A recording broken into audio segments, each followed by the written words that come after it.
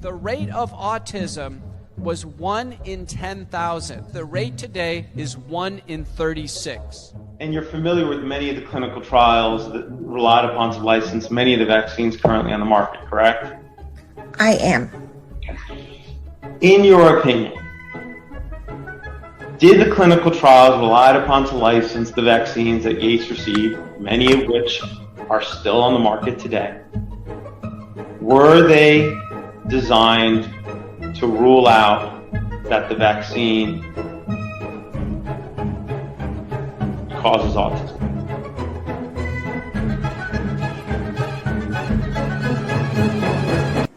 No. There were exceedingly low autism rates in children born through the 1980s. Can you show us a single pre-licensing safety trial, placebo-controlled safety trial for any of the 72 vaccines required for American children? In the U.S., nearly 17% of all children experience some form of developmental or behavioral disability. That they are now not able to locate a single pre-licensing safety trial, placebo-controlled for any of the vaccines that are now mandated for children. These are zero liability vaccines. Okay, for the love of God, do not include me in this photo. Do not. No. Oh.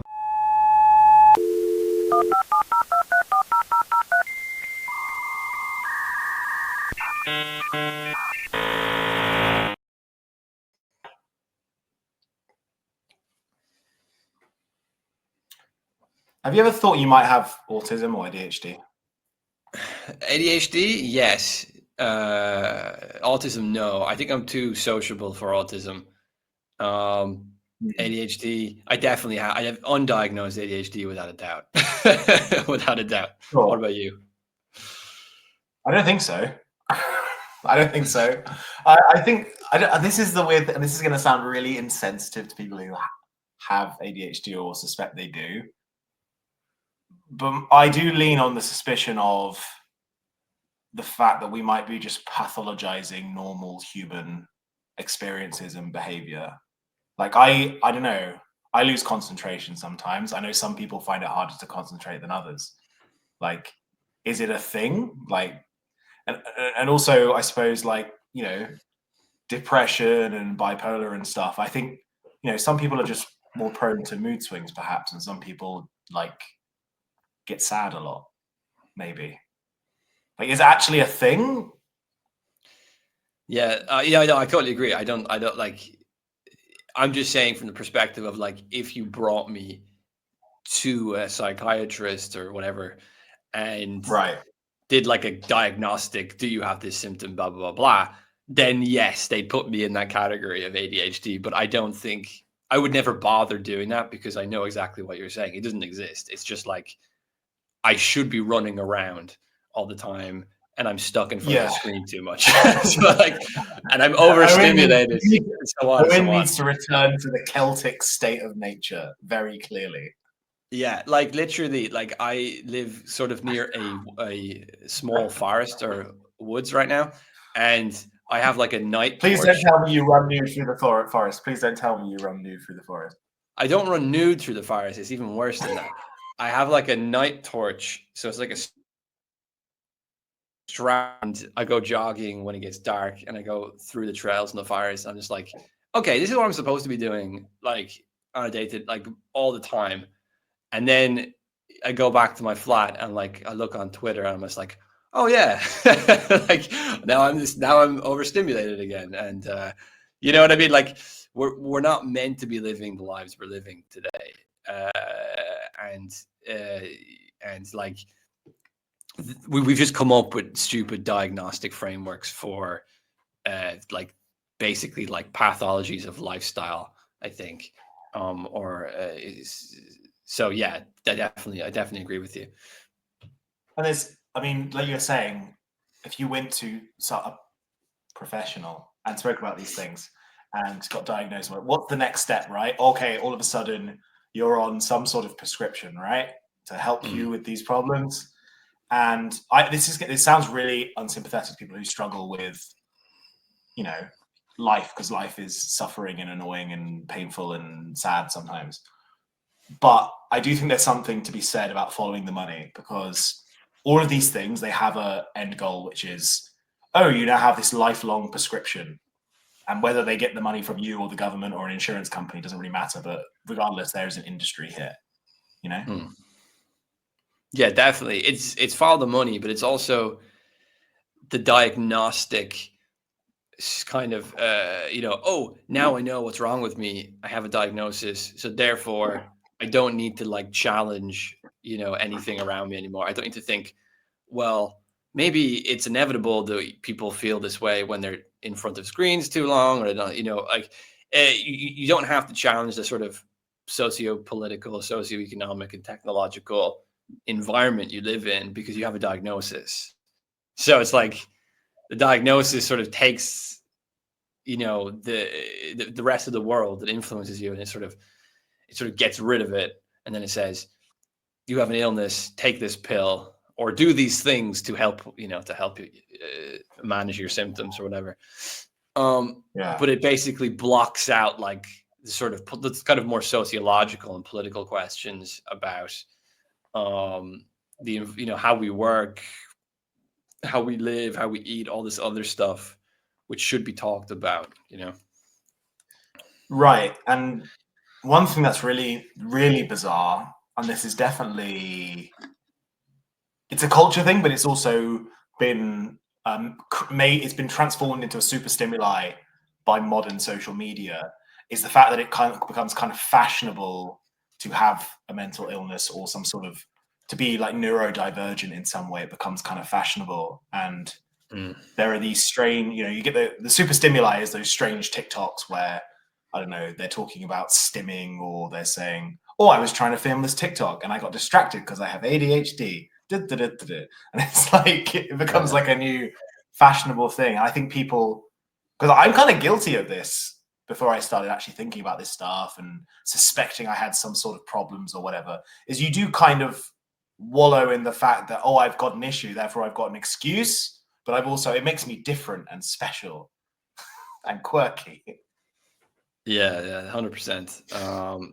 Yeah, like I'm on some level, I kind of get it. Like if people are, a little bit suffering or something, they sort of try to laugh it off or make the most of it by sort of incorporating it into suffering don't rush to make a TikTok. But that's it. Yeah, it's kind of this performative element. It's kind of this typical like middle class sort of thing where you sort of, you sort of suffer from something maybe to a very low, kind of chronically, but to like a low degree. It's not intense. Like right. You're never going to see like a proper like a drug addict or schizophrenic like making a TikTok about something because they're actually you actually do. They're just not very popular. Okay. You 100% do. You 100% do. Trust me. You can train the algorithm to find some real weird shit. But that's interesting that like that's not popular. And the kind of low chronic kind of, oh, like I'm a pretty, 24-year-old girl and I have Tourette's. That stuff is popular. Like, and the kind of the really intense dark shit isn't. They've got Tourette's and they're supposedly suffering with life. They're struggling with life and whatever, but they've got the perfectly like put together apartment. Their outfit is like totally curated. Their hair and like jewelry is all perfectly done. Their makeup's perfectly done, and it's like completely like not. And then you TikTok, you can do this, and then you jump to a TikTok that doesn't have millions of views, has like double digits views, maybe even single digit views, and it's clearly from someone who's actually schizophrenic. Yeah. And but it's dark. They're in a hole somewhere, and they're talking about something that's absolutely incoherent, and there's not perfect lighting, and they didn't edit it perfectly. Basically, there's no editing. There's no production value to this. Yeah. It's dark though. Like if you see someone with actual serious problems, like it's dark. Like people don't want to see that, but like they want to, for some reason, they want to see the kind of quirky shit. Now I think that's problematic because it's just normalizing it's normalizing, like, whatever, mental illness or whatever, but it's doing it from the perspective of like a very containable, kind of identifiable thing. As soon as it goes outside of that, people feel uncomfortable. And if you want to identify with mental illness, like you should go all the way. You should go all the way and identify with schizophrenic. Like because otherwise you're just fake. Like it's just Yeah. It's kind of like, if you really want to do philosophy, you got to go full Diogenes. You can't like dip your toes in this stuff. Yeah, exactly. You got to go commit to the bit. Yeah. Commit to the bit. It's like coffee table philosophy books versus like Hegel or something,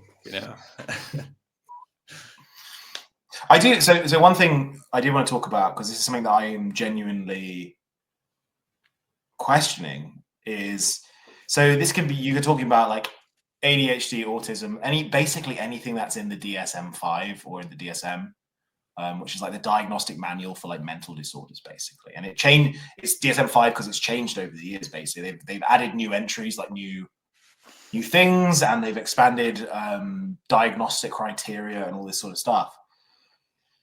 But it's weird. I was doing some reading on this, and you go to anything that's even vaguely mainstream media-wise, or you go to a censored and mainstream forum like Reddit or something, and the prevailing opinion on why ADHD diagnoses and autism diagnoses have skyrocketed in a very short period of time is that there's more advocacy, and people are more, parents are more aware of this, and people are more aware of this, and that sort of stuff. Which I think is the worst answer. I can't believe people could say that with a straight face. This is the worst freaking answer ever. The other explanations are that the diagnostic criteria for these things has expanded over time, and it's become, or it becomes a spectrum, and then you've got just a dash of autism or whatever. And the other explanations are there's something health-wise going on. So it's something in the food that's changed. There's something in manufacturing that's changed, which might make sense because all manufacturing's gone to one country, for example. And then I suppose the other, no, this is the really spicy one that I guess RFK's kind of has been his thing for many years now, is that vaccines are probably a cause of this sort of stuff, especially autism. I don't know what you think about that, but I think the advocacy awareness stuff, the only way that would make sense as an explanation is not because these things were always present and we're only just becoming aware, or people are only just like actually opening up about them, but it's actually become fashion, and people lean into this stuff. Basically, it's what my point. I don't know what you think about that. Yeah, I think that's a good sort of summary of the different theories behind what's happening. I honestly, I don't know. I actually don't know enough about the topic to say for certain. But yeah, the first explanation seems like the biggest crock of shit, basically, to me. What? So the first one, you mean the advocacy awareness one? Yeah, like this level of autism, ADHD, whatever, was always there, and people are just more woke now. Again, I don't think that contradicts. It doesn't contradict what I think is a likely explanation, which is that it's become more fashionable in a way that we described already, and that these normal human experiences and quirks are being pathologized into mental disorders or neurodivergence and stuff. I think that's more likely than the first explanation.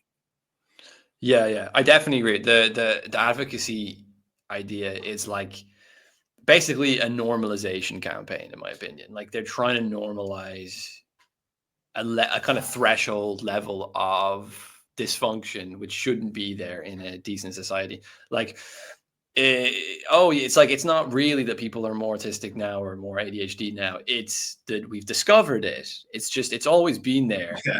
So like, it's kind of like, have you ever seen that meme? And it was very innocent in a sense, but it still kind of was controversial. There was a picture of somewhere, I think it was in like Liverpool in the UK. It was like a street. And then there was a picture of it in like the 70s or something. And then there's a picture of it today. And like the differences are very subtle, but like they signal kind of a basic lack of order or kind of dirtiness and a sort of griminess about the street. And you know, it was kind of innocent in some way, and I try not to focus too much on the appearances of things, but it does show you a kind of decline. And I think if you look at the statistics around autism or whatever, or if you just look at the behaviors of people, even if you don't statistically look at it, just your own intuition, have a look around and speak to people and see how they behave, and think about all the people you know in your personal life that kind of have these weird anxieties about things, and how motivated and happy people are, how healthy people are. It definitely does like seem that we're not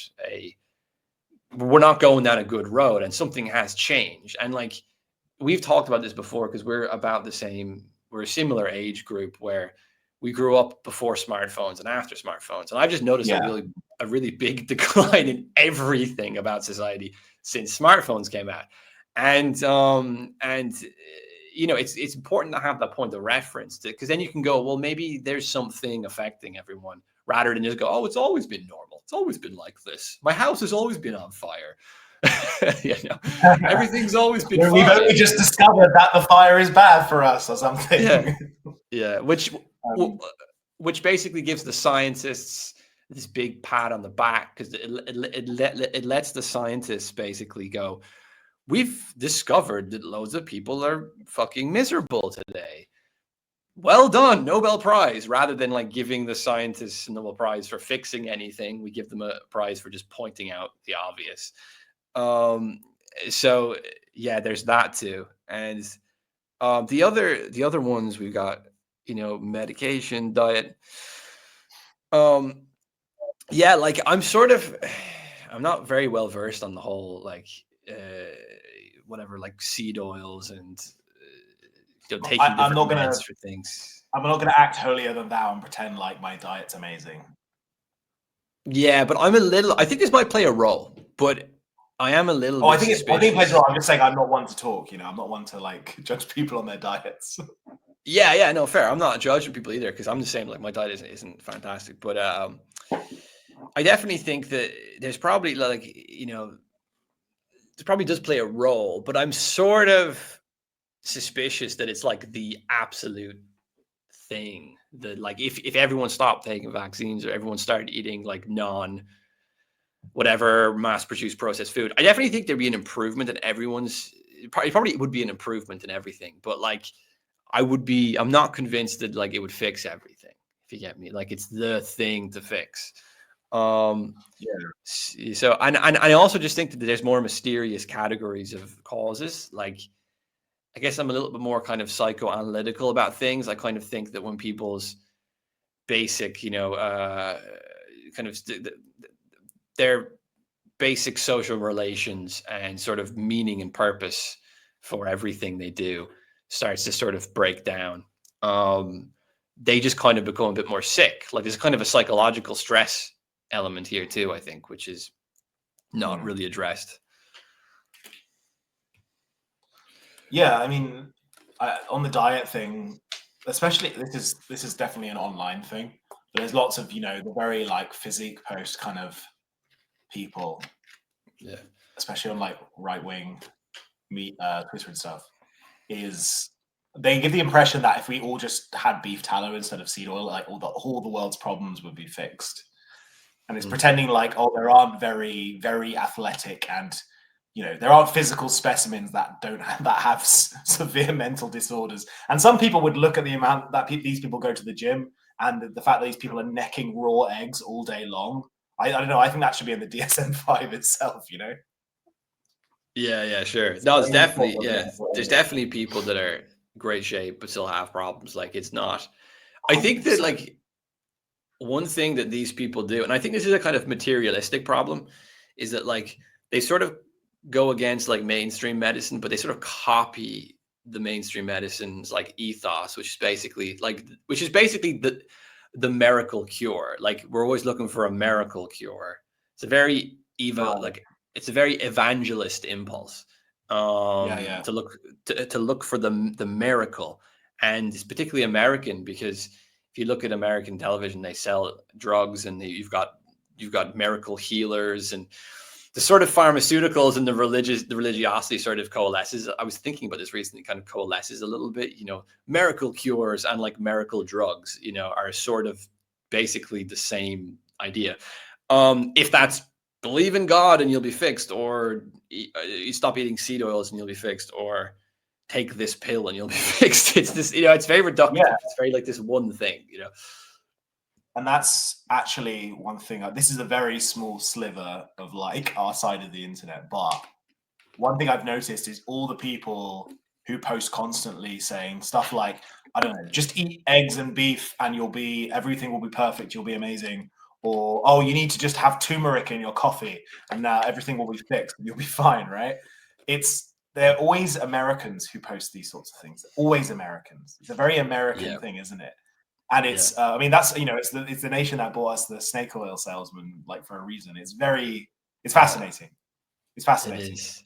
I think it is an evangelical impulse, though. I was writing something about health recently. I haven't published it yet, but what was it? I was thinking that there's two different ideas around health. I think fundamentally, one is more pagan, and the pagan one is basically like, you're not going to be cured amor fati, just live.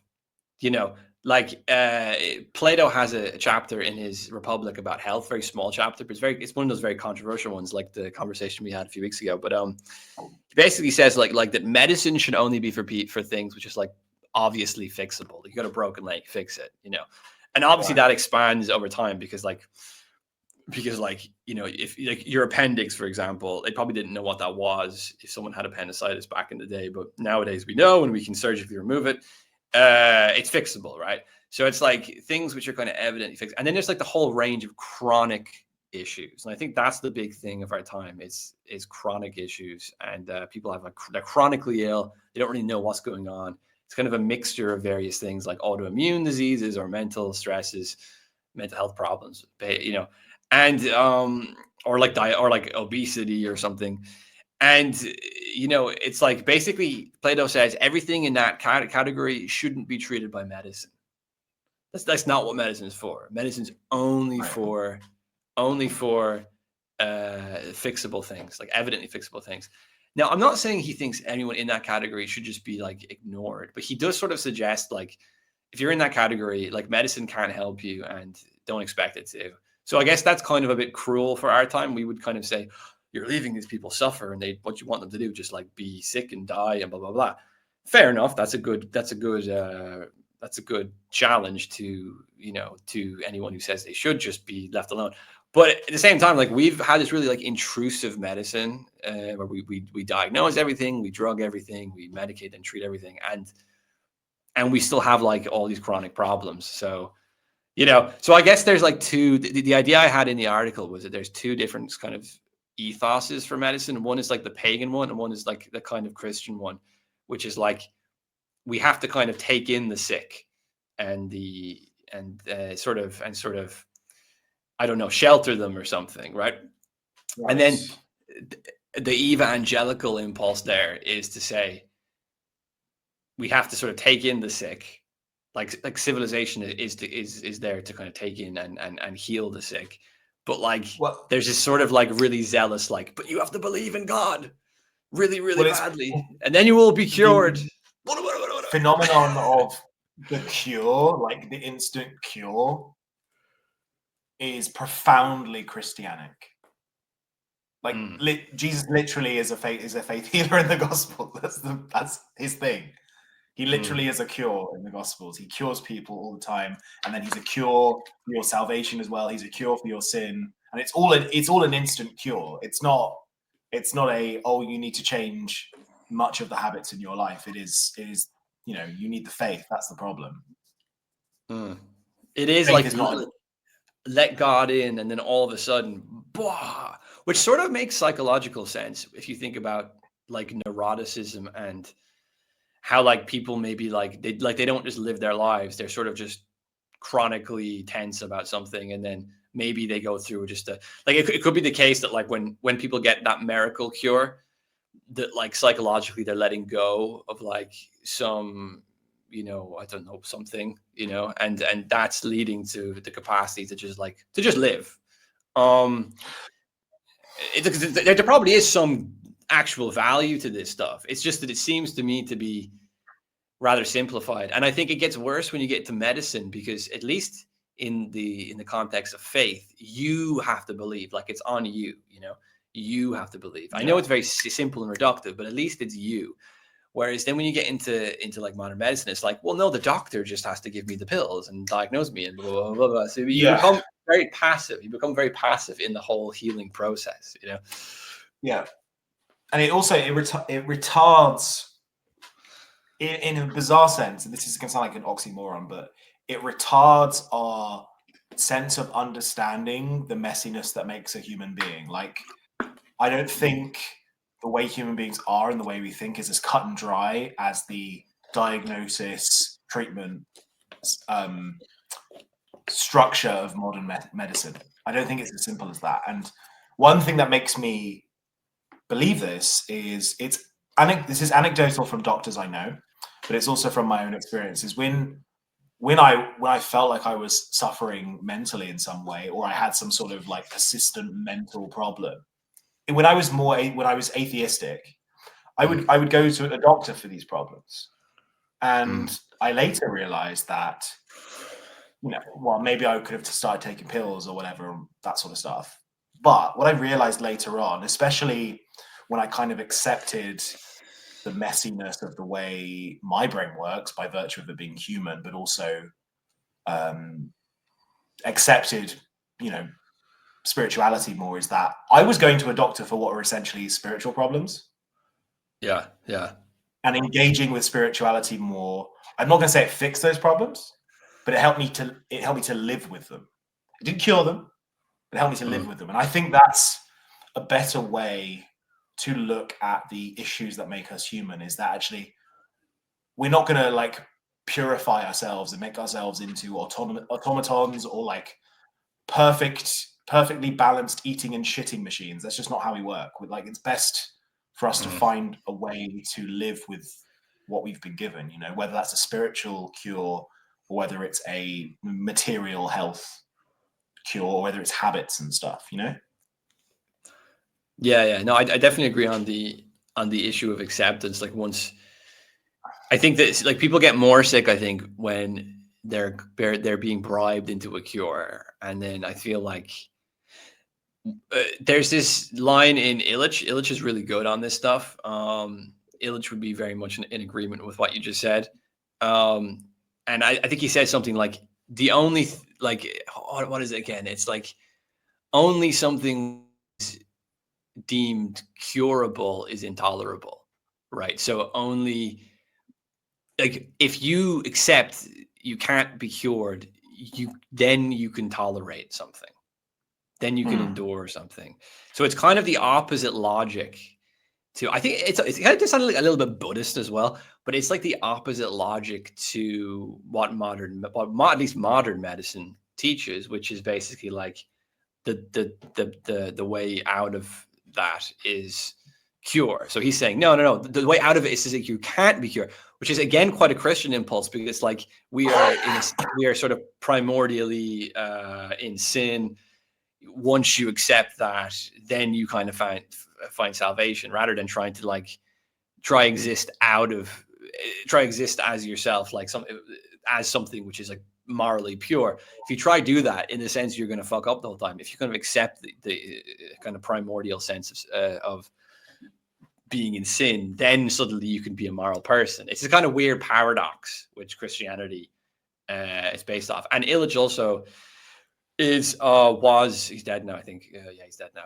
Was a Catholic priest, but he quit the church because the church wanted to do all these like humanitarian projects of like setting up like things to do with medicine, like things to do with like modern medicine and modern economics in like African villages that were deprived, and they wanted to be. So he was like, "This is bullshit. You can't go around developing these places and ruining these people's like lives by intruding upon them like this." And he was had a big conflict with the church, and I think he quit or something. It would be good to have Daniel Garner on this to talk about it, because he's a big Illich kind of an Illich reader, scholar. So, but yeah. I've not read him, so I need to catch up on that. He's good. If you read what's it called? Medical Nemesis. It's good. Yeah, it's interesting that whole situation with the church you're mentioning, and I suppose leans into all the kind of Save Africa, Bill Gates bullshit. This is definitely part of what we were talking about with the whole, this is because of awareness or advocacy. It leans into kind of like an end of history thing, like it's one of the liberal myths of, things are always progressing and there is a way to progress and we should do it. We should cure the world by bringing them up to date with the end of history and this sort of stuff. And I don't kind of buy that. But I suppose one of the other explanations for the ADHD thing is like you were saying, technology has changed profoundly. And one thing that, I don't know, no, this is health and it's connected to this, but one book that had really woke me up to kind of the cybernetic nature of the CNS and the things that drive us in terms of dopamine and stuff is the book. There's a website for the book, so you can just go read the website, but it's called Your Brain on Porn. And it's an astounding book full of some really interesting, just mind-blowing information, basically. But one thing it does kind of point out is that, sex is not a new thing. Sex has always been around, right? And distractions have always been around, right? Like even the caveman has distractions and has sex and all this sort of stuff. And they all engage the same circuits that are engaging us now. The difference with what we've got now is pornography in relation to sex is a super stimuli. And your phone, like even just checking text messages, cycling through messaging apps to see if you've got a message is a super stimuli. In relation to like checking the mail in the morning, it's a super stimuli and it happens all the time. In relation to television or reading a book, TikTok is a super stimuli. It's every 6 seconds or even shorter. If you're already bored, you can go to the next clip and it just keeps going and going and going. And it knows exactly what your brain likes and it gets its talents in. It knows what you like and you hate, and it knows how to keep your attention for as long as it possibly can. It's a super stimuli. And we've got these things absolutely like pounding our brain all the time. And I'm supposed to talk about our lifetime. I remember when I was younger, getting on a bus to go somewhere. And, today, if I was going on a bus to go somewhere, I would, have my phone on me. Maybe I'll be listening to music. Maybe I'll listen to some podcasts. Back in the day, I used to sit on a bus and sit and go to the place. I used to sit still. Do you remember that? Yeah. You used to sit still with your own thoughts. Sometimes I had my Game Boy with me, fine, okay? But I wasn't like scrolling through Game Boy games every 6 seconds. It was one game and you were stuck with that one black and white game, right? Maybe you had a book with you, I hated reading, so I had something to do, but I didn't particularly enjoy it. I would much rather just sit there and watch the trees go by the window. And it's night and day. This wasn't that long ago. So I wouldn't also be surprised if, because this is one thing that comes out of the Brain on Porn book, is the degree to which our brains are plastic. They're incredibly shapeable, and it doesn't matter. Like there are people like these extreme increase of ADHD diagnosis is not just children. So it does not just necessarily new medicines or new foods and that sort of stuff, but it's our generation as well. And I think it's because our generation has had plastic brains, and even older people have plastic brains. You can still shape your brain. And I think these super stimuli have come in such a short period of time. They become so socially acceptable so fast that I suspect they've literally rewired our brains. It sounds like I'm talking nonsense, but you guys anyone who doesn't believe me needs to go read this book or read that website. Seriously. Yeah, no, I definitely agree. ADHD specifically, I think the super stimuli hypothesis is a really, really intriguing one, because I think the case for pornography is just completely there, 100%. And I wouldn't be surprised if these other things are doing similar things in terms of super stimuli for other things that drive our dopamine, for example.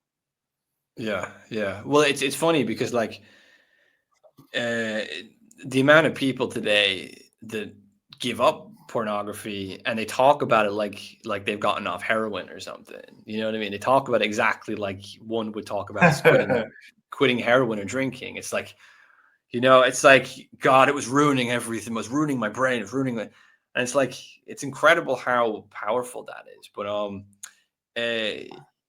yeah, for sure that is an absolute fucking chaos machine. No, like these screens are chaos machines and they're dragging you constantly. And actually, I actually think that the worst thing about them isn't the screen itself. It's the function. And this is why the smartphone was so disruptive, because we had the internet, we had video games, we had television, we had DVDs, we had like, I remember having like a computer in my house and going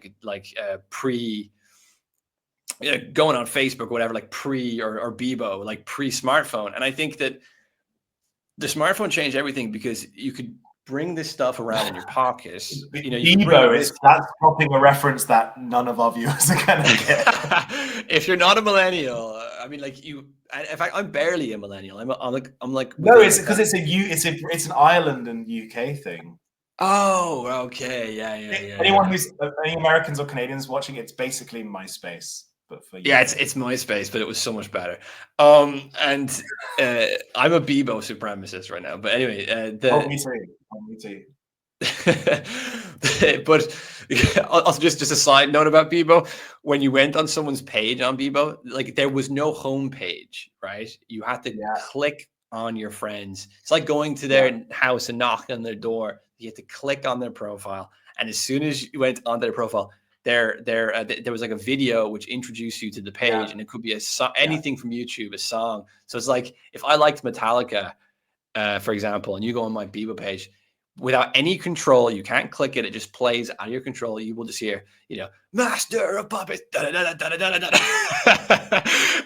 it's just like it was like that was a really funny element to it. But anyway, the one my friends always had, you know, that dancing banana, and it sings the peanut butter jelly song really loud. I think so, yeah. Right. So the amount of times I'd be sneaking onto Bebo late at night and forget I had my speakers turned all the way up, and my entire house would shake with the sound of singing banana, and my parents would be pissed. But like Bebo didn't have a homepage, right? And I think this is why those older websites weren't as harmful. It's because, like, in a sense, they were limited. I think when you introduce the scroll, that's really where things get bad, because that's an unlimited. Because you could scroll forever. You could scroll forever. Yes, you literally could. Yeah, it's an unlimited, and it's hypnotic. Like it's like going, ooh, look at this. Like it's like you're being fucking hypnotized. And I often will kind of go on basically more YouTube than Twitter, but like go on YouTube, and YouTube has these shorts, which is like TikTok, and you just click a button and it goes scroll, and I'm like, and the algorithm knows what you're going to find entertaining, like, you know what I mean? So I'm learning German at the moment, so it gives me German memes or German. Learning German is so funny because this thing. I'm like, oh, it is funny, isn't it? But like, click. I'm 20 minutes later, I'm there, and I'm just like, oh my God, like my brain is melting. And I think it's somehow, and like there is a kind of ontological structure to this, because it's like the old website it's like a top and a bottom. It's like limited in its space, but the scroll on the smartphone is like this sort of infinite. It's kind of an infinite structure to it. And I think that's the thing that's so hypnotic, and that's the thing that draws you in so much. And I'm convinced there's something deeply demonic, possibly like and very spiritual, about the idea of a bottomless pit as well. Yeah. It's kind of what it is, right? But like, wouldn't Freud like hypnotize people at first, in order to? Because like Freud would have an aneurysm if he saw the technology we have today. But like, didn't he understand that like the ego is like somehow lowered by forms of hypnotism? So like when you go on and when you do an infinite scroll, I think in some sense your ego is being lowered, and then what's happening with your lowered ego is that maybe you're getting like advertising or like political propaganda. Because if your ego's up, and you're more susceptible in that state, yeah. right? My ego's up. Yeah. I don't listen to your bullshit, corporate people, propagandists. Go fuck yourself. But I'm not listening to you. If you lower my ego, all of a sudden I'm kind of like, it's going to get in. It's going to get in. Yeah, exactly. Before we moved on from the pornography thing, I did think it would be, especially because you mentioned like addiction to traditional drugs, for example. One thing that is astounding is that the withdrawal symptoms you get if you're a pornography addict and you quit, which are like kind of a lethargy, but also insomnia, irritability, lack of motivation, all those sorts of withdrawal symptoms. You also get the same symptoms if you quit. If you're an addict and you quit alcohol, heroin, cocaine, etc. You get exactly the same withdrawal symptoms. Yeah, because it's like your brain can't function without that. Yeah, it's used to having that, whatever that circuit is going, and it doesn't have that all of a sudden. Yeah, it's astounding. It's really astounding. One thing I did, just kind of to move on to autism. This was just something that was in my thoughts as I was thinking about this topic. Is so, the kind of autistic behaviors are, they tend to do repetitive things. They like to do repetitive things. They have quite like rigid behavior standards. They like to do things at the same time or in the same way, that sort of stuff. And they are quite inflexible. They get upset if they can't do those things, basically. And I suppose, repetitiveness, that leans into the whole scrolling thing. That's very repetitive. But also all these things, this repetitiveness, rigid behavior, the inflexibility of it leans into something we've talked about before, which is kind of the safety culture, and also the fact that our society right now is, I think it benefits people in this way, but it benefits people who are risk averse, and it benefits people who like to do things in the same way all the time and don't take any risks. And this is a really out there kind of thought, but my suspicion was because culture and society and the economy has moved to not benefit people who take risks and are flexible, but instead benefit people who can do repetitive things, have rigid behavior, do things at the same time, and are inflexible. This rise in behavioral autism, which is, on a spectrum, so not everyone is completely disabled by this thing, it's possible that it might be an adaptation. Yeah, I definitely think there's something to that. Yeah, I mean, like I kind of was thinking about this in terms of the feminization of culture and stuff, because social media is geared towards people. I mean, like if you're like a real, old school man and you don't care what people think of you, their opinions are just bullshit. Social media is not going to be appealing to you very much. Maybe Twitter will, because Twitter is this own kind of polemic against Twitter is basically a polemic against everything else about like the kind of social media culture. So maybe Twitter is an exception, but generally speaking, like, I can't stand Facebook. I just think it's nauseating. Like, I literally think violent things about people if I spend like 10 seconds on Facebook. I just think it's like, I just can't believe. I haven't had a Facebook account for like 7 years at least. Yeah. I only have one because I use Facebook Marketplace sometimes. So I have to, but anyway, because social media is like, it was like the biggest market for social media and smartphones, all this stuff is teenage girls, right? And you've got like 80%, not just teenage girls, but all women, 80% of the consumption in the people that buy shit, basically, like 70 to 80%. Disposable income is driven by housewives and teenage girls, 100%. Yeah, so like you've got these technologies which are then sort of trying to kind of gear themselves towards their, like meet them halfway, sort of adapt themselves to their psychology, and then you've got an economic incentive for that, and then you've got this culture, and again, it happened when the smartphones came in, where everyone starts being really socially averse, like risk averse in the social sense specifically. They don't want to offend anybody. Political correctness, you don't want to offend anybody. You don't want to have confrontations with anybody. You want to fit in, keep your head down, blah, blah, blah, blah. It's kind of conformist, risk-averse stuff. And I think that definitely is also because it's an adaptation. But I think what happens with technology is that it's an adaptation which takes a part of people and sort of exaggerates it. And I think that what's happening in this instance is it's taking like the particular part of the psychology of like teenage girls, for example, and then sort of like blowing it up into this like universal paradigm that we all have to like involve ourselves with, and then we're getting influenced by that, so we're sort of all being turned into teenage girls in a sense. That's really, sorry to interrupt, but that's really interesting, because I know we've roasted him a lot recently, but I think one of the most profound things I've ever heard Jordan Peterson say, this was in relation to the trans pronoun stuff, and kind of allowing people to live their own lived reality and have trigger warnings, and we should be respectful and use pronouns, all this sort of stuff. Is that, like, he said that we're in the fantasy of a 13-year-old girl. Oh my god, yeah. And he said that years ago. He said that like 2016, and I think that's one of the most profound things he said, because it's true. It is true. And I mean, like, if you live in like the ideal society of a 13-year-old girl, basically. And this is why the reaction to that is the ideal society of a 13-year-old boy, which is stuff like Andrew Tate, basically. Yeah. This is why that's the reaction to it. Fair. Yeah, fair. But at the same time, I'm a little bit sympathetic to that, because I do think that like there's a kind of balancing act which is inevitable there, because it's like the only people that are really going to give it to the 13-year-old girl and really put her in her place is a teenage boy. Everyone else will be too nice about it, right? But like the teenage boy will. Well, I see your point, but I think that the normative society is actually a dialectic between the ideal woman and the ideal man.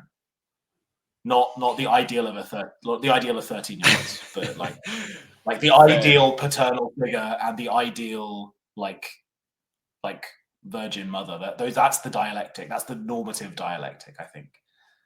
Okay, fair. Well, it could be that there's no paternal figure, so the teenage boy. Well, no, I understand why it's happening. I know why. Because I've seen that, like I've seen that, like you get these kind of pathological female behaviors, and like I've noticed that like there's a lack of like paternal presence, kind of stepping in and regulating that. And what happened is that like younger men will try to fill that void, and the younger men will try to fill that void in their own young way, which maybe isn't ideal. Maybe it would be better to have a paternal figure, but there is none. So something else tries to replace that. You know what I mean? Like, so there's a kind of replacement thing going on. And I definitely think that you could frame the internet like this. Like all the 2010s was the teenage girl time. From like 2013, the smartphone, 2013 onwards, that's teenage girl. It's dystopia, and the teenage girls are miserable. But like, it's taking a part of their kind of social instinct or their mind and exaggerating it, and then we're all miserable. And then at the 2020s, you have a reaction with like Elon Musk and Andrew Tate and blah blah blah, and they're also like these famous influencers and like these tech bro people, and you have a reaction against that. But as you were saying, it's the 13-year-old boy, because I do think Musk fits that category a little bit too. Do you think? Yeah, like he wants to fly to the moon, and his the memes he sends out. I mean, I love memes. Well, he has the comedic sense of a 13-year-old boy. Yeah, and he is a little bit autistic as well. So it's like he's got the aesthetics of a 13-year-old boy. Like, it's interesting. He does carry himself a bit like that, yeah. So I think we've discovered something here. I think we've genuinely discovered like a paradigm. Yeah, fair play. Yeah, we're in a very bad dialectic, which is the dialectic between a 13-year-old girl and a 13-year-old boy. And I mean, this is definitely going back to Freud having a field day, but you only have to take one look at sex culture to notice the lack of the normative maternal and the normative paternal, because everyone's calling each other mummy and daddy, and you only have to take one look at a porn site to see the outcome of that. Well, do you look at a porn site, you're going to see step everything. Yeah, which is another pandemic we're not talking about, which is bizarre. The stepsister pandemic. Yeah. Anyway, that's probably a different episode. I was going to say that's going on the list. Because literally, like, oh my god, that's going to be my best intro ever. Can you imagine? Like, honestly, because like, if you like, I'm giving myself away now. Yes, I've watched pornography at least once within the past year. I did it once for science. Once for science. Once for science. I did it once for philosophy. I did it once to be the iconoclast. I did it once for science and 5 times for sociology. But yeah, like everything's stepsister. But anyway, this should be a different episode. But yeah, there's a different episode in there, and but I think I thought we were like the edgy free speech podcast, but that might actually be too far for me. That might be where I draw the line. I suppose it's one of the last taboos, isn't it? So yeah, that's one way to put it.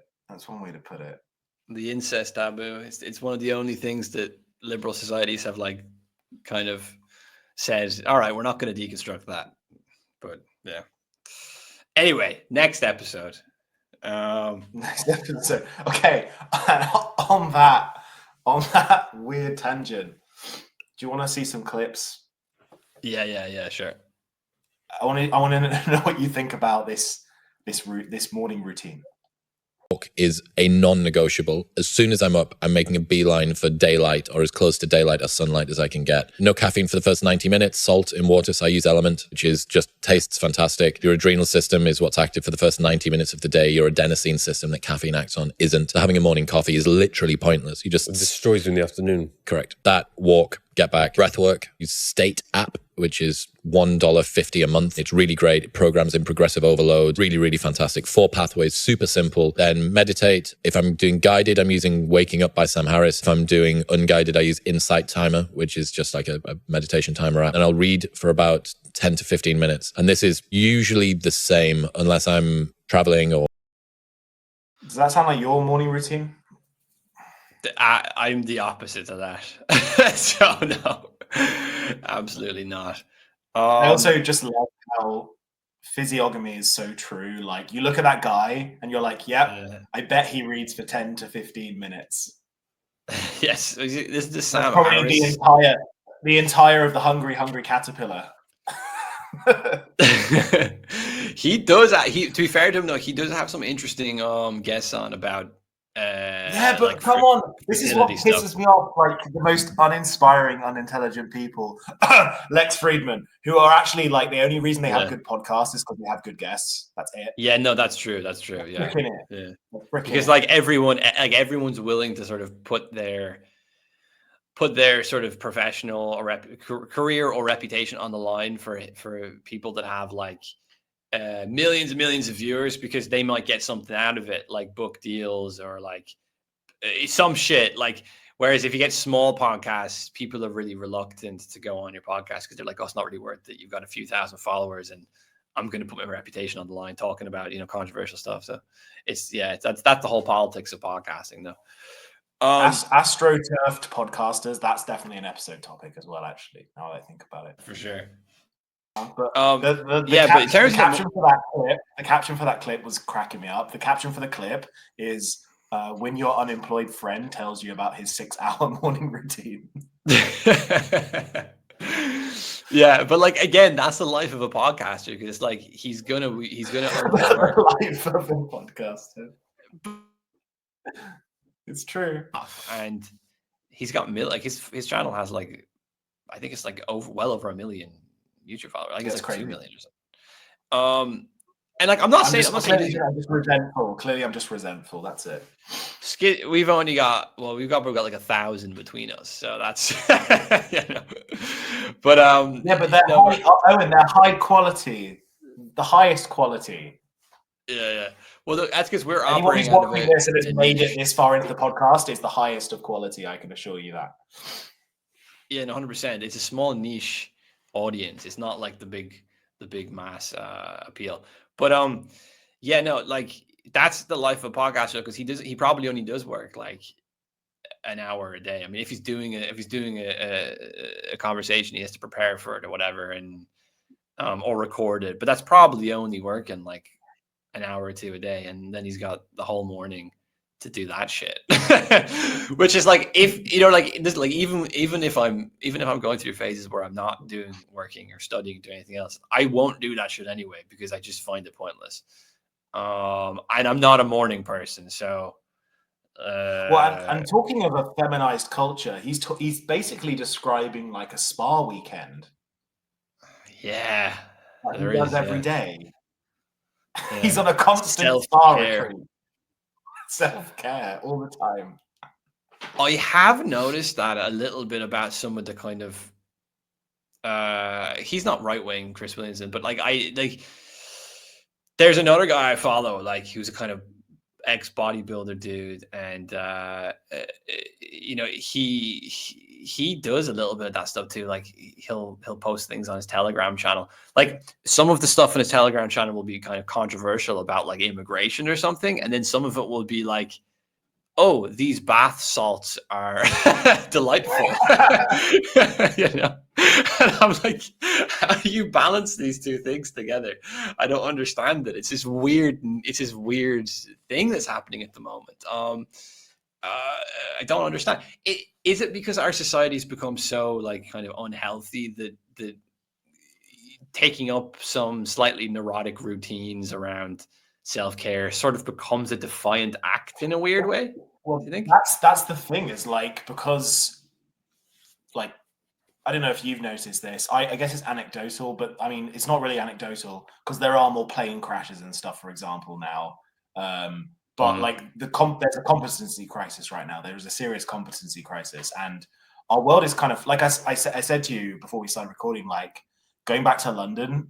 Obviously, it's been in decline for many years, but like going back after a year or so, maybe a couple of years of not really being in the center of London, and seeing how much it's fallen in such a short period of time, you know, like they're like actually being like trash piled up in the tube, having a very short like journey and being accosted by like 3 separate people for no reason, stuff like this. Like I never felt unsafe there before, but like, and I suppose these weird like neurotic routines are maybe a way of people taking control back from the fact that society and our civilization is in decline. Yeah, definitely.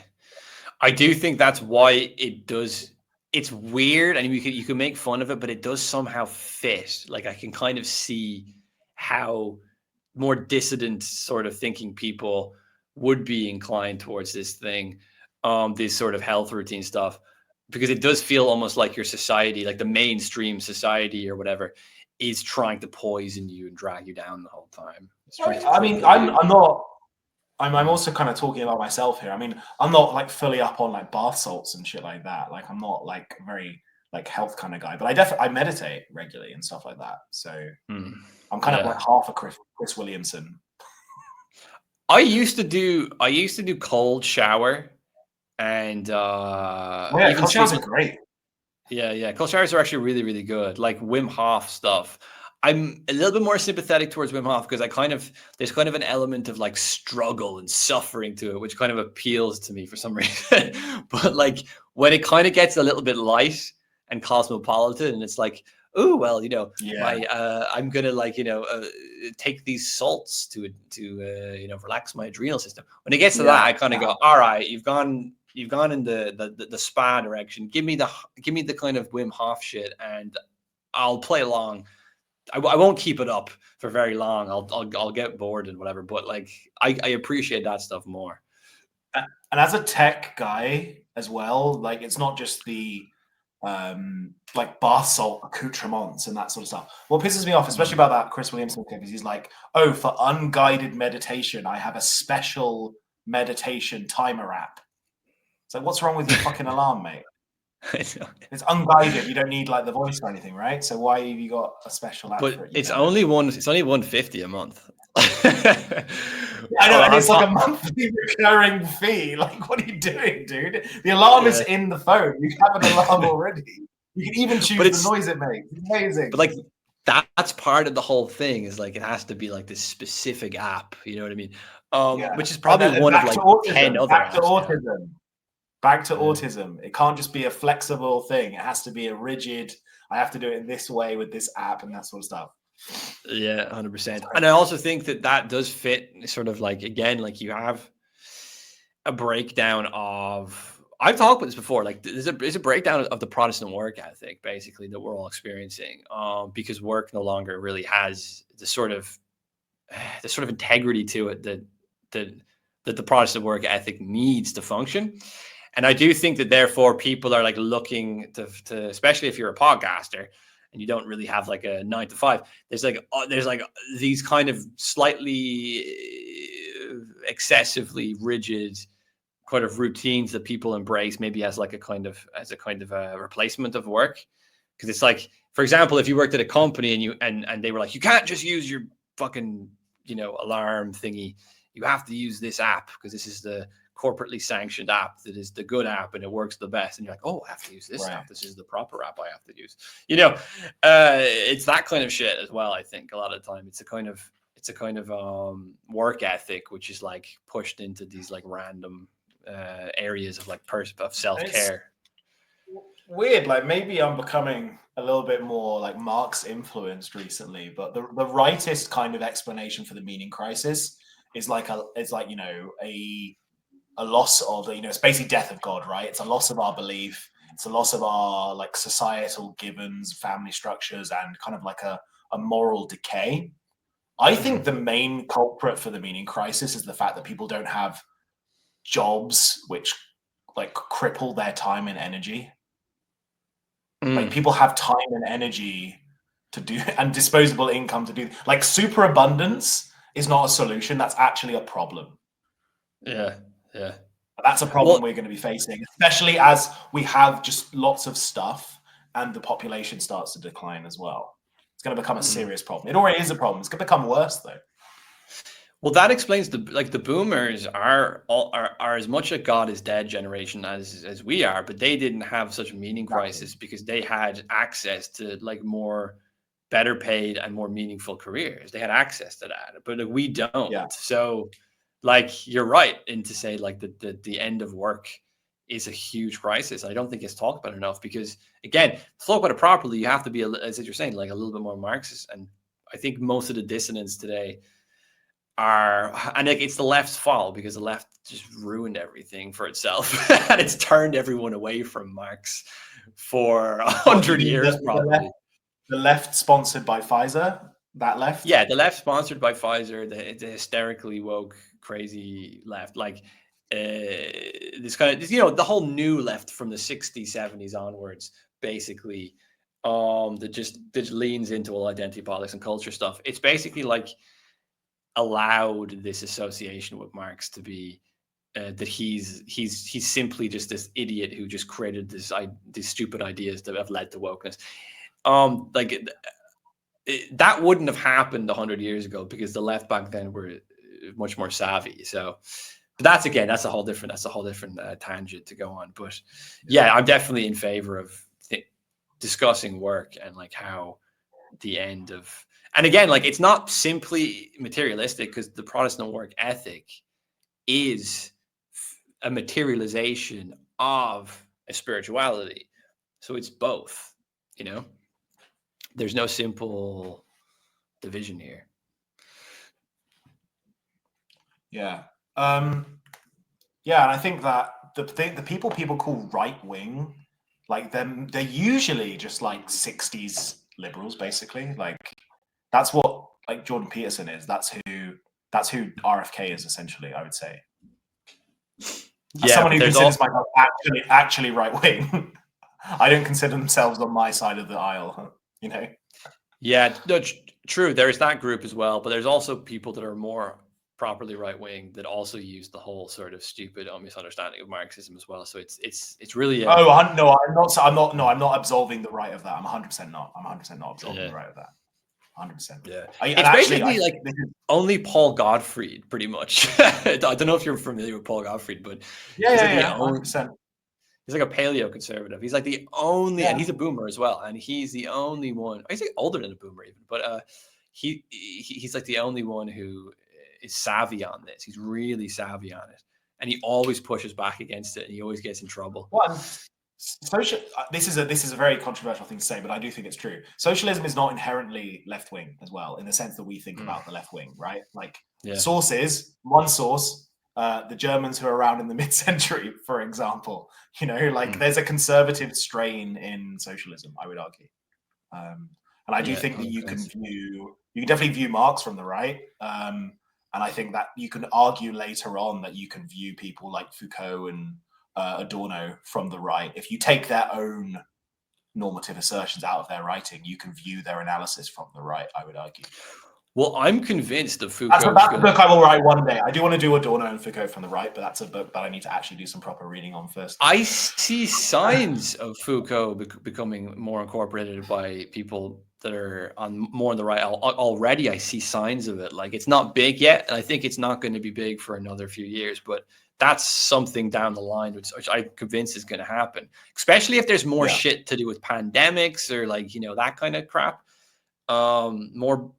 More biopolitics, 100%. It's going to happen. No, the big thing with, I suppose, from Foucault is the acceptance in a postmodern sense that a lot of what society is actually constructive. It's not kind of God-given or inherent or something like that, but actually, like a lot of right-wing people, especially I guess people who call themselves traditionalists and stuff, they're just saying that actually what we need to do is not return in some way. What we need to do is get the right people to become elites, and then the incentives will change as such, so that the majority of society believes in a rightist way as opposed to a leftist way or something like that. There's something there. I need to do more reading on the topic, because I'm pretty well read on Adorno and Foucault, but I do need to read more on that before I actually write anything on it or make some really assertive statements on that. No, I completely agree, and I probably even push back a little bit here against this sort of understanding of kind of reducing everything to power politics, because I do see people on the right doing that today a lot. In fact, one of my favorite YouTubers, Academic Agent, if I was to criticize him in a certain way, I would say that he does this the whole time. That he always treats everything like it's a power play, you know, like it's 4D chess. And I mean, that's because he believes, like, I think he would not disagree with the fact that he would call himself kind of a Machiavellian. Like, I think he wouldn't disagree with what you're saying, I don't think. Fair. And I think actually it's born out of a lot of that right-wing impulse is born out of the fact that the right wing has been such a failure for so long, because they've just had these principles, these lofty principles, and they've not actually been very good at doing power. That's true. I think they do tend to say, hey, look, there's these internal principles to things, you know, nature or goodness. And all we need to do, and it's always also a very liberal injunction. All we need to do is let these things have their say, and then everything will go better. The free market of ideas.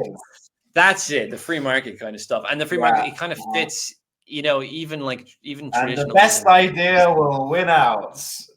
Wonderful. The American dream. I love it.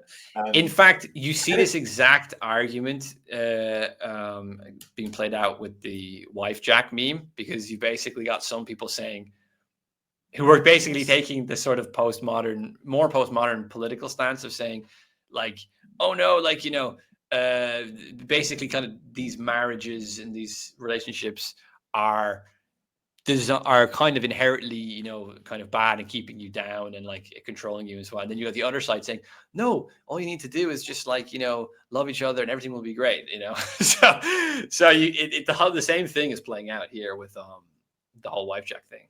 So interesting pattern. I see. Yeah. Anyway, do you want to see some OG RFK? Yeah, go on, yeah. Happened since then is you now have 6 companies, 6 large multinationals that control every radio station in America and all of the television stations in America and 80% of the newspapers. The television news departments have become corporate profit centers. They no longer have an obligation to benefit the American public. So their only obligation is to their shareholders. How do they satisfy that obligation? By expanding viewership so they can sell more ad space. How do you expand viewership?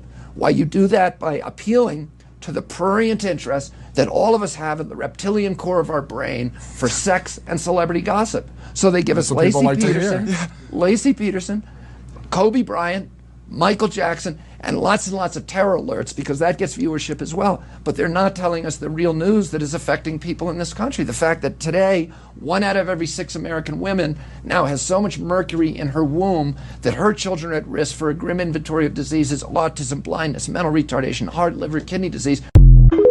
I think, especially on the health front, I think the fact that he's going to be involved, well, he's the health secretary or something, right, in Trump's incoming administration, is probably, like, in terms of healthcare and stuff, it's probably not just one of the biggest shifts in American history in regards to that subject, but also like world history, really. I'm like, really to think imagine like back in 2020 with all the bullshit we were going through, to tell you that what they were calling an anti-vaxxer was literally going to be in the administration in 4 years' time. That's a huge change.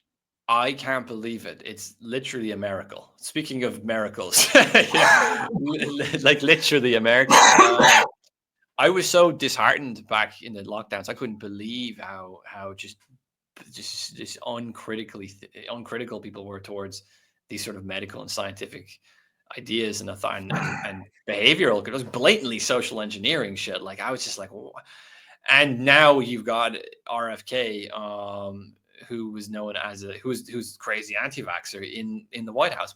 It's brilliant. It's absolutely brilliant. But I think that in some sense the society is more accepting of that than of something like someone criticizing the military industrial complex like his uncle did, because the society can mistreat people abroad really badly, but if we're sick as a society beyond certain thresholds, and we're dysfunctional beyond certain thresholds, it becomes a crisis for everybody, including the elites, because they can't rely on people to join the military or to run institutions.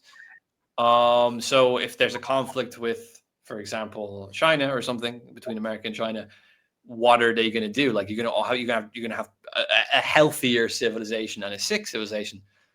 You know what I mean? Like, the sick civilization is going to lose, very likely. So I think there is reasons as well why, which is good reasons, it's fair. But yeah, it is interesting. I kind of thought, there's no way he'll get in. The pharmaceutical companies are too powerful, but apparently not. Apparently there seems to be a shift in how we think going on, which is good. Yeah.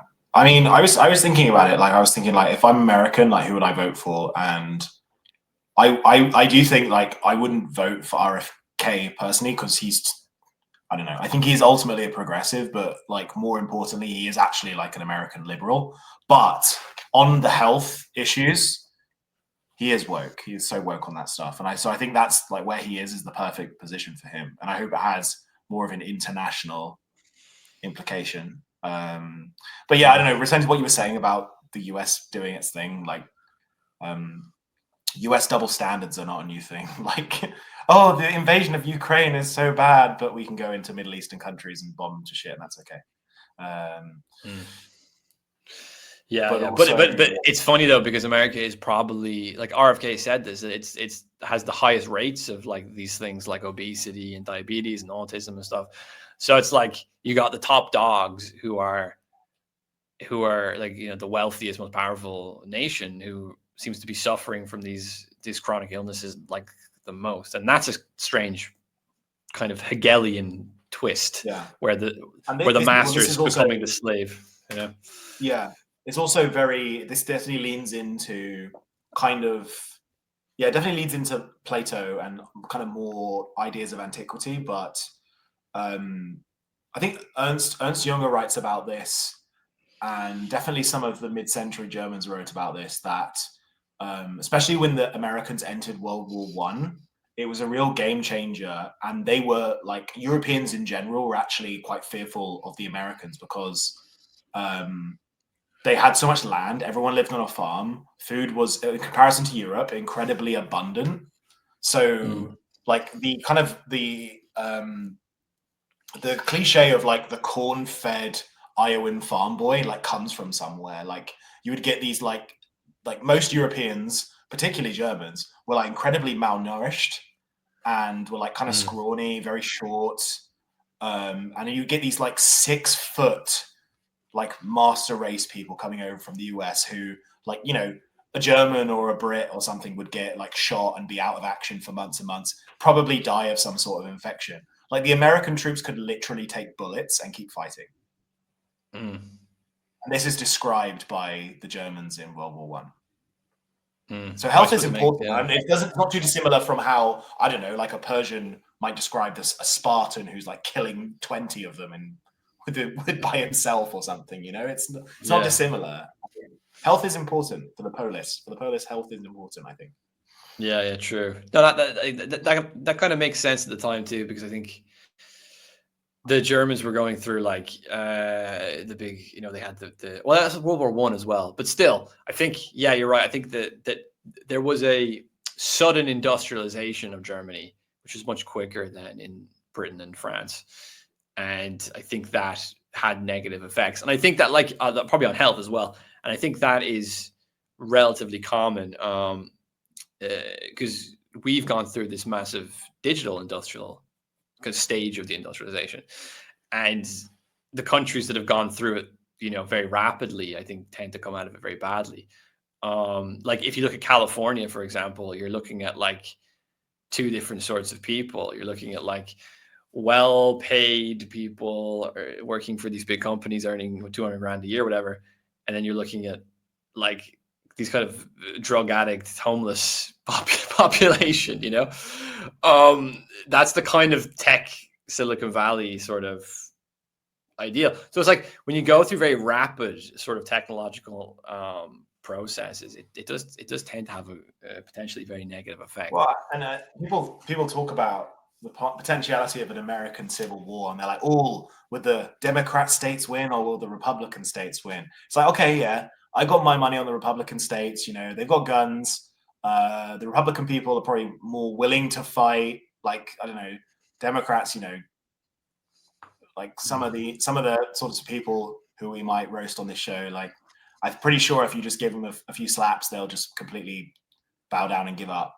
But in a 3-way fight between the Democrats, the Republicans, and the drug zombies, you know, I think, you know, you give the drug zombies the right drugs, maybe some bath salts. My money's on the drug zombies.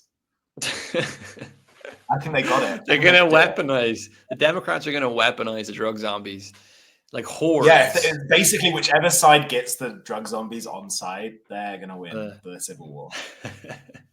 And then the Republicans were going to have to, like, you know, set up these like barricades and just like machine gun everyone down, waves upon waves of drug zombies. Yeah.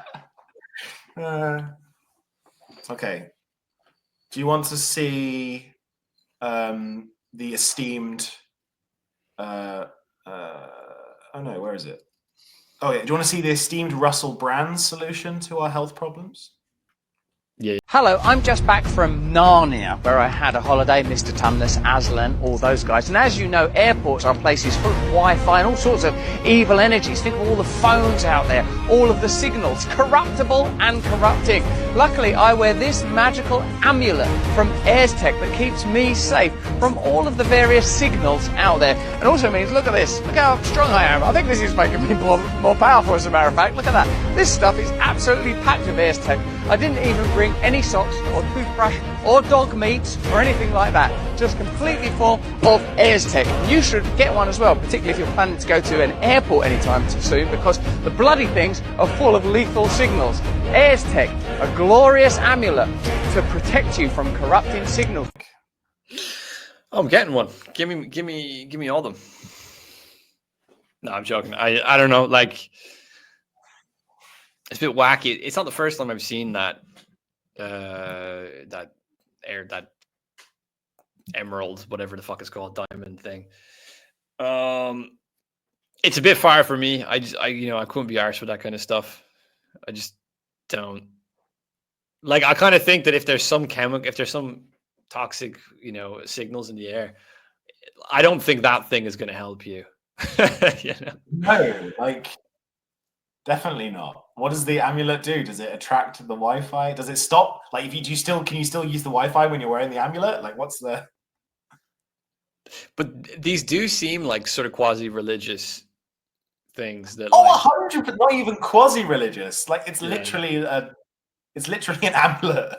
It's an amulet, a magical amulet from Russell Brand. Instead of defending you against like evil, it's defending you against like technological civilization. What's the difference? I know. I suppose what is the difference? Perhaps technological civilization is just an expression of evil, and therefore, why not have an amulet? Like, fair enough. I can't argue with it. It's definitely on brand, if you'll pardon the awful pun. Okay. Right, to finish us off, you sent me this this cultural artifact from Ireland. And I watched the beginning and I was cracking up, so I thought I'd watch the rest of it here. I've seen two girls together and it's a bit sickening, I think, I saw some gay people, fellas, homosexuals, and they were in a bar. It was in a bar. And I remember, I didn't know whether they were gay or not. I just presumed they were because they talked very highly and they had all the genetic looks about them that they were gay. So that's where I stopped watching it. If you want to stop this, by the way, while watching, just say stop. That's where I had to stop watching it because she said, like, she gave the argument. They were speaking high. Okay, that's funny, but also saying they had the genetic markers of gay people. Lady, can you explain what you mean? Do you know what she means? Is this an Irish thing? I know. It could be misusing the word genetic, but she could just literally be like a sort of eugenically minded person who's thinking gay people are like the product of bad breeding or something. I don't fucking know. It's like, you can just say they looked gay, lady. You don't have to be all scientific about it. They looked. I remember utterly being shocked, I can't say I've ever met an actual gay person that admitted he was gay or she was gay. I'd say a sexual act. I'd look on that as morally wrong. Okay, you assume two guys of 20 or 30 come together and they like each other for... The relationship might only last 5 years. If it's an unstable relationship, they're going to be sort of consuming people. I think it's very, very wrong when they try to flaunt it. I mean, okay, put it this way: if there's a family living, if you're in a group of flats and there's a family living in the flats next to you, that's fine, right? But if there's two gay people living in the flat beside you, there's a problem there. You don't know what they're going to do next, right? It does, and they're just sort of, or sort of women, and they're just out for a bit all the time. Like they're not into any sort of relationships. It's more like.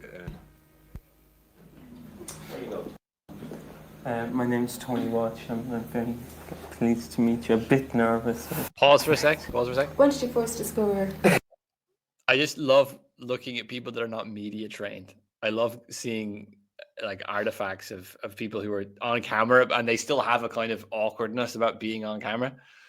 Oh yeah. Like they're not trained to like present themselves and speak. Or we all are now trained to do that. Like, I don't mean trained necessarily like in like professionally trained, but just trained in the sense that we've been trained in to be okay with a camera and we're not like awkward about it. Because these people are clearly awkward with the camera.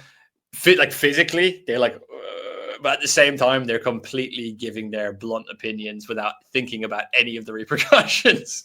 So it's they didn't have. You can't get cancelled in these days for that sort of stuff, even if it is controversial, because it's just some tape. It's not going to be like available in the palm of everyone's hand instantly, is it? True, but I don't know what this was recorded for. Was it recorded for like national television purposes or something? I don't know. I also love the fashion. Like, I thought 80s fashion in like US and UK was wild, but Jesus, on the left there, what the fuck is that? Like, just what is that? I don't know.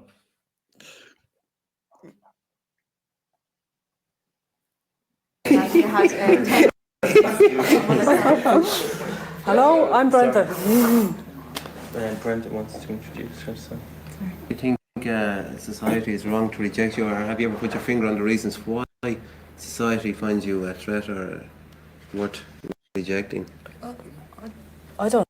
That guy there, sorry, the guy who is like, there's going to be an unpredictable couple next door, or do you know the reasons why society views you as a threat? He is 100%. Well, I guess if he is alive today, he is 100% a right-wing anon account on Twitter. 100%. Yeah.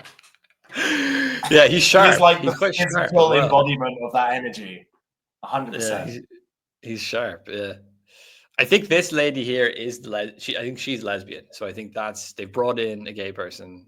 Lady. Well, I'm being polite, but you know what I mean. Like this, they have a gay person in the room, and now they're going to see what happens. How do you know, Owen? Is it the genetic markers that give it away? I have.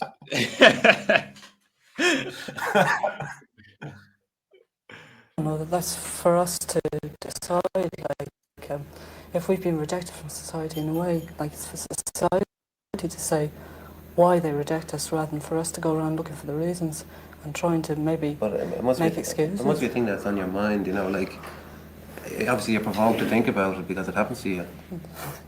It's true. Is it a genetic difficulty, or is it something you're allowed to develop? She's back. Well, it's not really a difficulty anymore.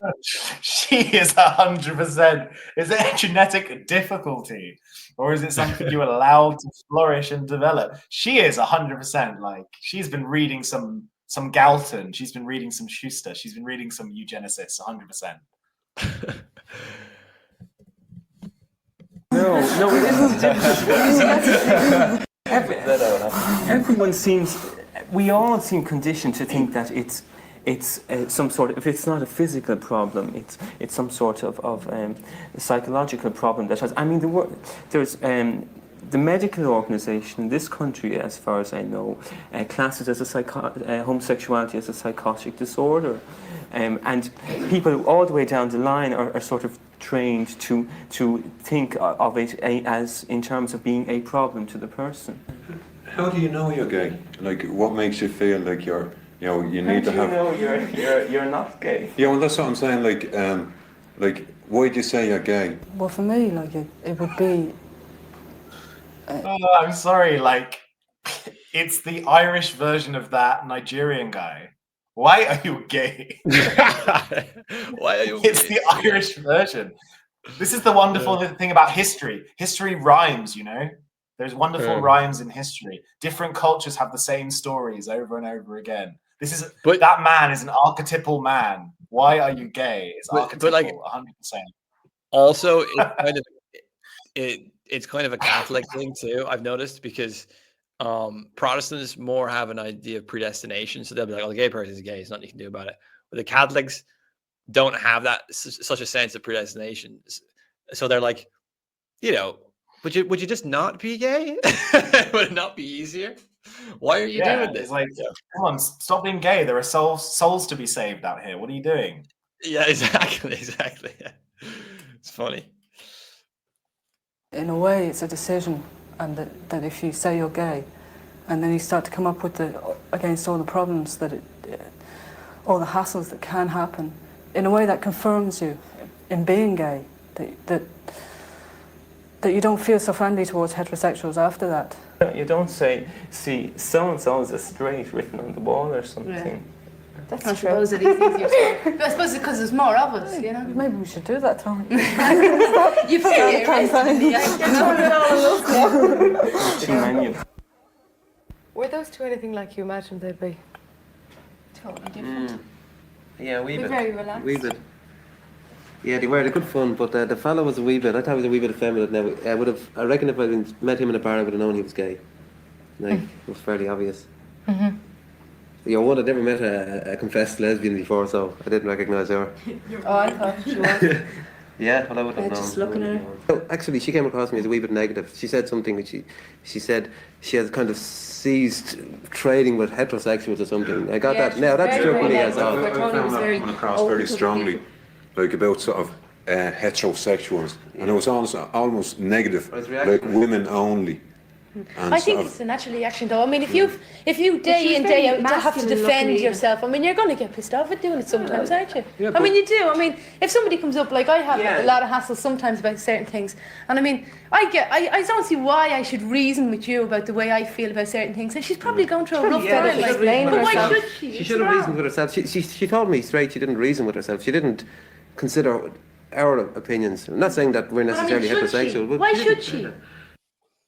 This is gonna be. I'm just gonna come out with it. Okay, it's a very sexist comment, but of course it's the woman who steps in to defend the degeneracy. Of course. Yeah. She's She's probably a liberal. She's probably a Protestant. She's like this early liberal. She's at the game early. But it's interesting because Ireland at this time, this is the 80s, I think, was like going through this major transition of like, you know, it was very, very conservative Catholic country, and then it was very rapidly liberalized from the 80s onwards. And you can see all these people are from Dublin, right? So if you had the same conversation in the countryside, it wouldn't go the same way. Like everyone would be far more reactionary. And is that still the case? Would that still be the case? Only with the older generations. Like it's with the younger generations, there's no real noticeable, consistent, I think, ideological discretion between people who are from people from Dublin and people from the countryside. But like the older generations, there would have been like, you know, people in the countryside would be more conservative, basically. But you see here in the 80s, even young people from Dublin, most of them are conservative, you know, like the majority are conservative here.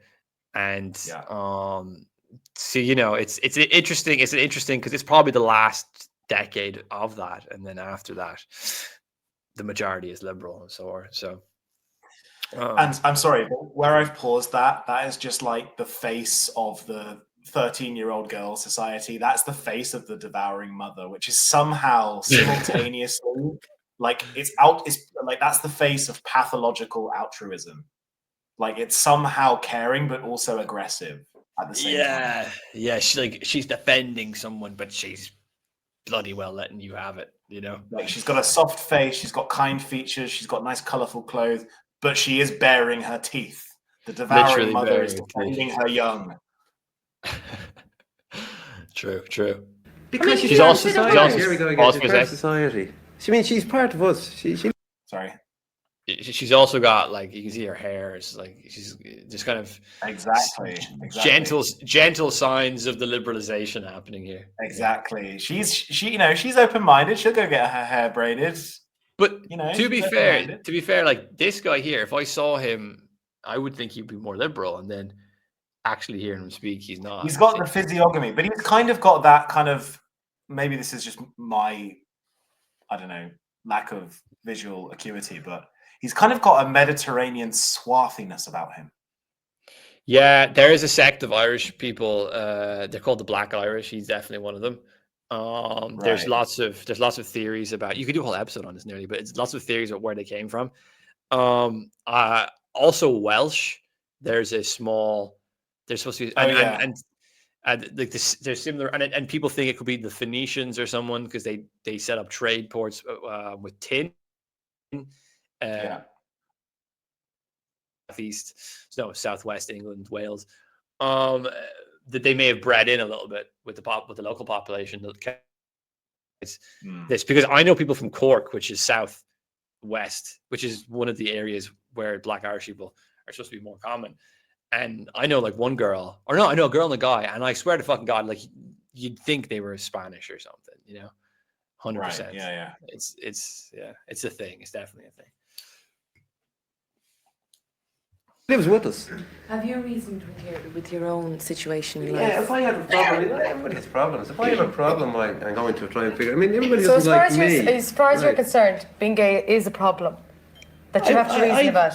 Well, if people don't like you, it's a problem. Like if you come up across anything now, forget about being gay for a moment. You come up across anything that you don't understand, like the Hindus or Right. a different religion. What do? You automatically slag it. Yes, The gender comparing the divide. gays to the Hindus. That's a great direction to go in, lady. The gays, they're just like the Hindus. Yeah, it's a silly conversation, but it's funny just to see people from back then and the way they thought, and It's a wonderful time capsule.